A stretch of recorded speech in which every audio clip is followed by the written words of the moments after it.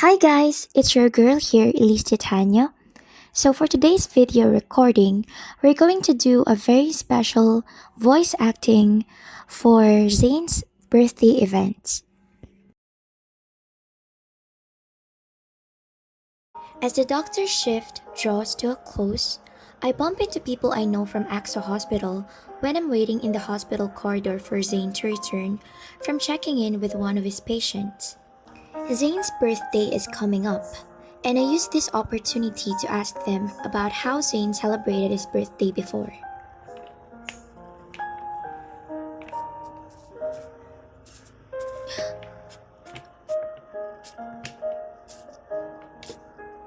I checked Dr. Zayne's schedule for you. Looks like he'll be spending his birthday this year in the operating room again. I'm not surprised. For Zayne, helping people and saving lives is more important. Of course, I understand why. However, I can't help but feel a little sad. It only happens once a year. I still want to give him an unforgettable birthday no matter what. Seeing my expression, Yvonne and Grayson look sympathetic. The chief surgeon's schedule is very packed. If push comes to shove, you may have to reschedule any plans you have for that day, but you can have dinner with him at least.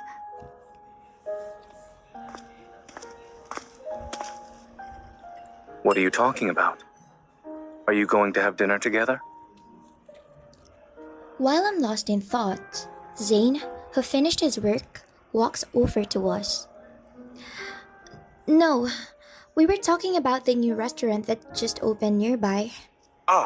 Right. I'm grabbing dinner with some friends. I need to get going. Oh, the head nurse was asking for me just now. We'll talk later. They wink at me before running away. So, did you decide what you're having for dinner? Zayne walks up to me, a spark of curiosity in his eyes. Well, we have a doctor whose shift just ended. He's hungry, has no plans tonight, and none of his colleagues want to hang out with him. I take a step and grab his right hand, but just as I'm about to speak, I notice the fleeting pained expression on his face. What's wrong? Where does it hurt? Zayne shakes his head, gives me a reassuring smile, and presses his right wrist with his left hand. Let's talk in my office.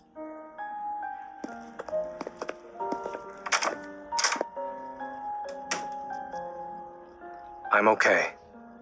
I suspect it's simply an instance of tenosynovitis. Is it serious? What kind of treatment do you need? Don't worry. It's merely a guess, not a real diagnosis. I just need to rest. That's why I'll be staying at home for the next few days. My worry from earlier changes into excitement when I learn he'll be at home. If Zayne is taking a few days off, that means he'll have time to celebrate his birthday. Wait here. I need to get some documents to take home. You still have work to do? Not really.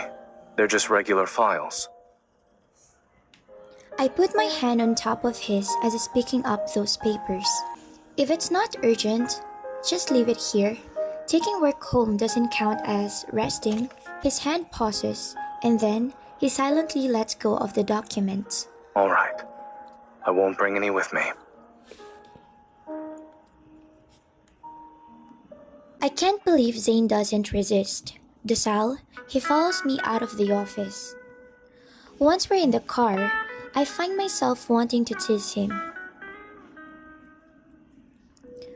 You're so cooperative today. Is there a catch? As I speak, my fingers glide over his coat pocket. The corners of Zayne's mouth curl up as he slowly raises his hands. What should I do to regain some credibility? Will a thorough body search suffice? You're the one who works overtime on your birthday every year. Not to mention, you bring home work like it's normal. You're dedicated to your profession, Dr. Zayne, but doesn't taking a break help with work performance? My hands slip into his pockets. I take this chance to grab his waist and squeeze it. Is this the standard protocol for a hunter's body search? I usually deal with wanderers. As for this, I only do it with one person. My hands slide out of his pockets and touch his back. What sort of clothing would have pockets on one's back?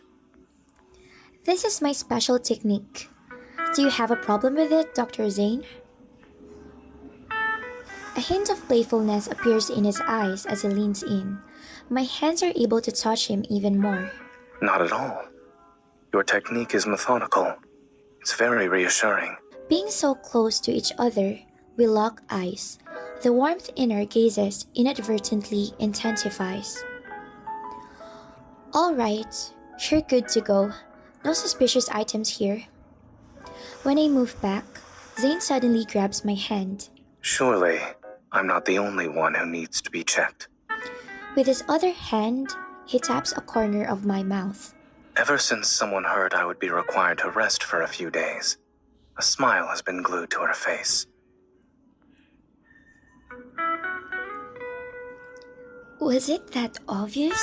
I can't reveal my plan now. I've been thinking about visiting you to make sure you're actually resting. You'll be doing it every day then?